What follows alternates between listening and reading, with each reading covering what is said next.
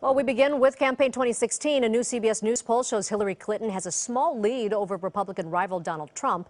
It shows Clinton received a 4-point bump in support following last week's DNC. She now leads Trump nationally by 7 points, or 46% to his 39%. The candidates were tied last week after the Republican convention. And Donald Trump's war of words with the Gold Star family just keeps intensifying. A Muslim mother and father who lost their Army hero's son won't let up on their criticism of Trump. And now members of Trump's own political party are trying to diffuse the controversy. KCAL 9 political reporter Bryan joins us now with more on how this fight is playing out on the campaign trail. Dave? Lena, it's turned into a 4-day story now, largely because Trump keeps talking and tweeting about it. But he didn't talk about it at his rallies today. Donald Trump has worked hard to win the support of veterans, even holding a fundraiser for veterans organizations. Instead, when he skipped out on one of the debates during the primary campaign. But his argument with the Gold Star family who lost their son in the Iraq War may be reversing all that. Have you even read the United States Constitution? The man who waved his pocket copy of the Constitution at Donald Trump, electrifying the Democratic convention last week.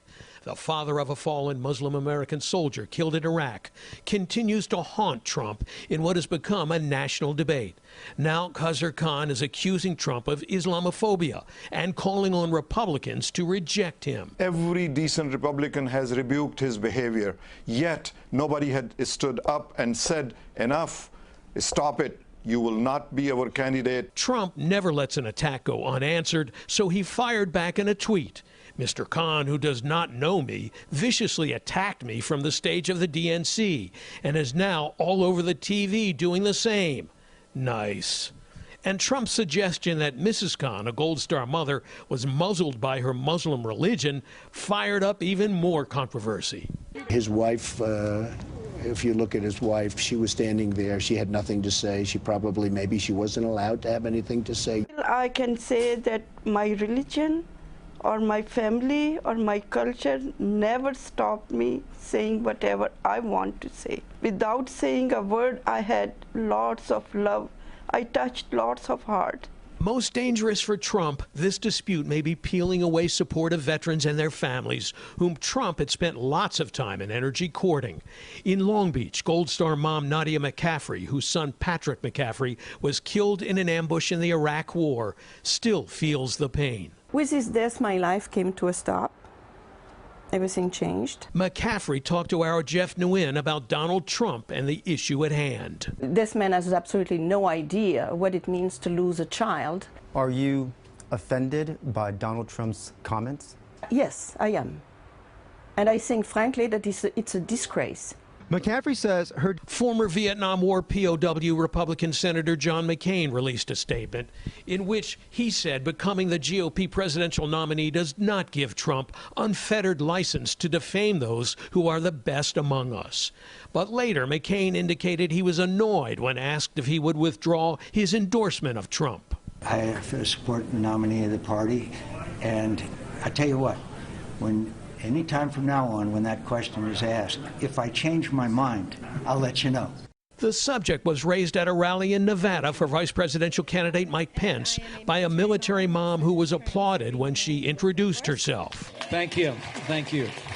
But when she asked Pence about the Khan controversy, the cheers turned to boos. Will there ever be a point in time when you're able to look at Trump in the eye and tell him enough is enough? That's what freedom looks like, and that's what freedom sounds like. And at a Hillary Clinton rally in Nebraska, local billionaire investor Warren Buffett took dead aim at Trump in a statement that he too has sacrificed by working hard and creating jobs for thousands of his employees. No member of the Trump family has gone to Iraq or Afghanistan. We've both done extremely well during this period, and our families haven't sacrificed anything, and Donald Trump and I haven't sacrificed anything.